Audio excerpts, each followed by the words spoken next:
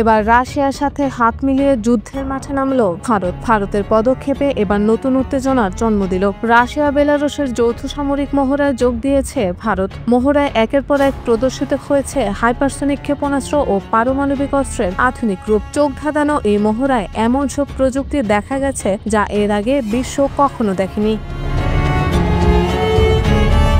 Ukraine Russia যুদ্ধে এবার ভারতের নামও আলোচনায় এলো। জনমনে বাড়ছে উদ্বেগ, ভারত কি তবে মাঠে নামছে রাশিয়ার হয়ে? সামরিক মহড়া হঠাৎ কেন শুরু হলো, তার কারণ কি? পুতিনের সঙ্গে হাত মিলিয়ে পারমাণবিক শক্তিধর দেশটি কি ইউক্রেনকে সতর্ক করতে চাইছে, নাকি অন্য কোনো রাজনৈতিক উদ্দেশ্য রয়েছে? এই প্রশ্ন ঘুরপাক খাচ্ছে আন্তর্জাতিক মহলে।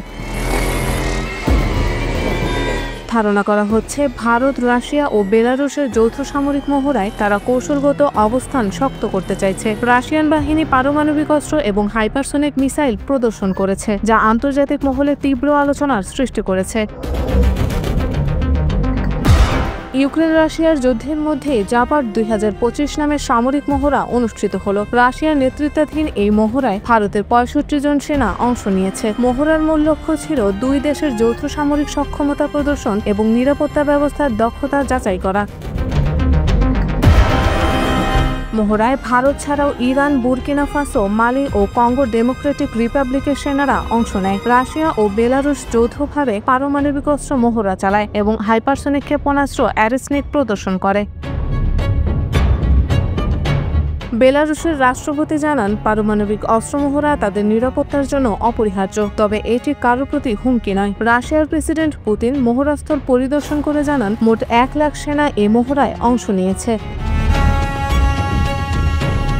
ভারত দীর্ঘদিন ধরে রাশিয়ার সঙ্গে বন্ধুত্বপূর্ণ কৌশল সম্পর্ক বজায় রেখেছে। সোভিয়েত ইউনিয়ন থাকাকালীন ভারতের অধিকাংশ প্রতিরক্ষা সরঞ্জাম রাশিয়া থেকে আমদানি করা হতো। সাম্প্রতিক বছরগুলোতে ভারত যুক্তরাষ্ট্রের সঙ্গে ঘনিষ্ঠ সম্পর্ক গড়ে তুলেছে। তবে ইউক্রেন যুদ্ধে রাশিয়া থেকে তেল ক্রয় এবং মার্কিন শুল্কের ফলে দুই দেশের সম্পর্ক কিছুটা উত্তেজনাপূর্ণ হয়ে উঠেছে।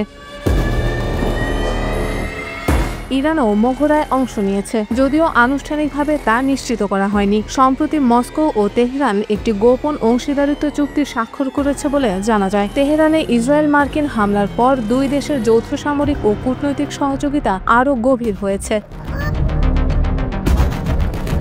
জাপার 2025 মহড়ার মাধ্যমে রাশিয়া ও তার মিত্ররা তাদের সামরিক ক্ষমতা প্রদর্শন করার পাশাপাশি পশ্চিমা বিশ্বকে শক্ত বার্তা দিয়েছে। ভারতের অংশগ্রহণ, বিশেষ করে চলমান যুদ্ধ উত্তেজনার সময়ে আন্তর্জাতিক অঙ্গনে প্রশ্ন তুলেছে, নয়াদিল্লি আসলে কার পাশে দাঁড়াচ্ছে? সময় এগোলে এই প্রশ্নের উত্তর স্পষ্ট হবে বলে ধারণা বিশ্লেষকদের।